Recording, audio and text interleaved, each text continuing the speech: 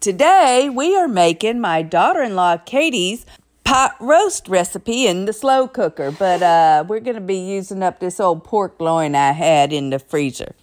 I had noticed on little R2 here, he's got the slow cooker button, so we're going to see how that comes out. Okay guys, so we're going to give this a go trying to low carb it. And one of the first things we have to do is we're going to have to brown the roast. So we're making the little flour that we're going to brown the roast with. And I am using almond flour because that's lower in carb. But I'm also going to put a little bit of cornstarch in it because we're going to try to make a gravy with this and see how it goes. Okay, I'm putting about a tablespoon. I don't even know how much almond flour that was. I'm going to add some spices, obviously. Mr. Dan Pastorini's yummy garlic and herb got to go in there. Some yummy garlic ghost pepper salt into the flour. Yes, I'm being monitored very carefully to make sure the roast does not hit the ground. So we're just going to mix this flour up. I'm going to pour with some olive oil to do the browning of the roast. And put a little more pepper. Here we go. Let's see how we're going to do this. You know what? I'm thinking we're just going to do it this way.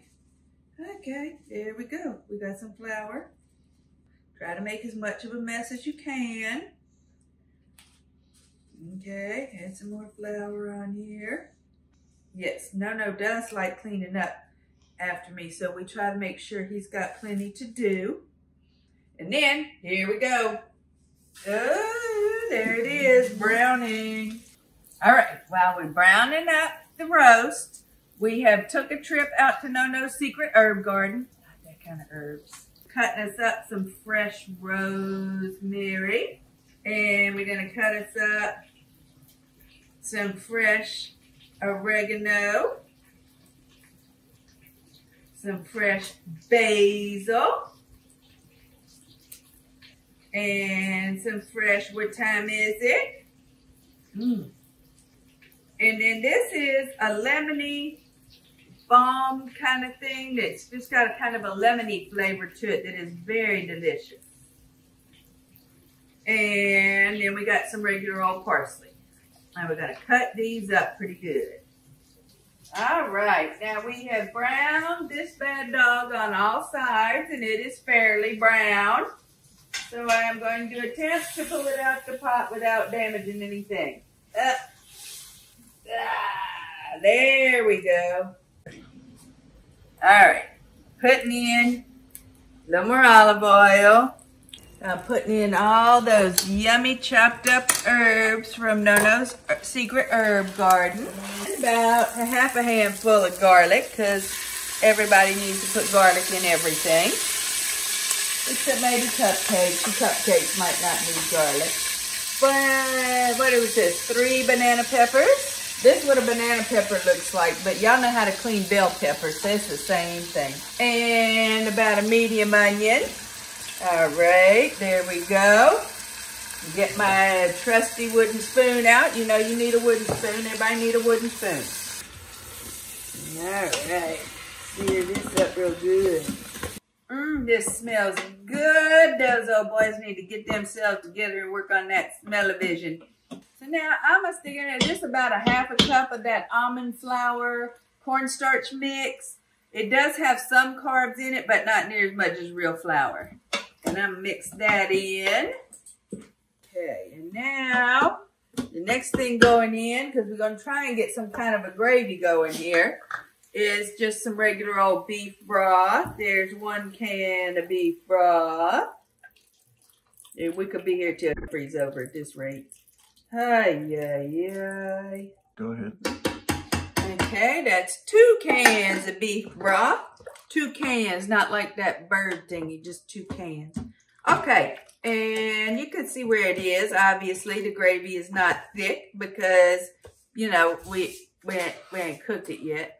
Pour our roast back in here. And y'all remember back in my day, the rule was if you playing with the meat, then you got to wash your hands. But nowadays, You just gotta wash your hands, wash your hands, wash your hands, because everybody's getting something or another. Okay, so that's what I'm gonna do next. All right, now I am not gonna throw this out at this point, because after this is all said and done, I don't know if I'm gonna need a little more to thicken it up a little more, so we're just gonna leave that right there. Well, actually, I'm probably gonna put it in the fridge, lest some kitty cats decide to play in it, because that has been known to happen. Slow cooker in the Instant Pot. Okay, I gotta put the lid on, right? Managed to do that. That ain't bad. You gotta put the venting thing off to vent, so whatever comes shooting out of wherever it's supposed to shoot out of. Now, theoretically, I hit this button, and don't nothing happen. Give me another button to push. Adjust. Slow cook. It still said nothing happened. You know what? And the humans win again. R2. Deal with that. But you're not off anymore. Plug it back in. Slow cook. Okay, and this says 4 hours. Well, no, we want more hours than that. We want it on about 8 hours. And normal, and the slow cooker's going, and we'll just have to see what happens to us. Wolfie, Nonna loves you. Now we're about an hour early, so it's been a bit, okay, 6 hours, 45 minutes roughly. Let's see how we're doing here. Ooh, it looks about done. Let's pull this. Let's see. I'm pretty sure this is done on top of done. Nope. Probably should have used a fork for that, but oh well. Oh yeah, that is cooked through. That is looking delicious.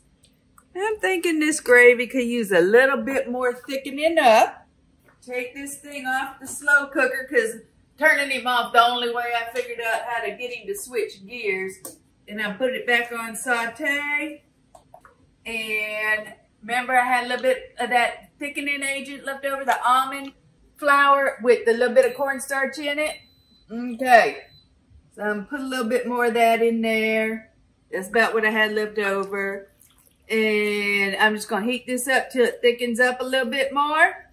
And we will have a delicious gravy with a delicious pork roast. And to keep it all totally keto, we got us some mashed cauliflower and some roast Brussels sprouts. Check out that Chris Roglaski video where we teach you how to do the Brussels sprouts. Hit that subscribe button for me.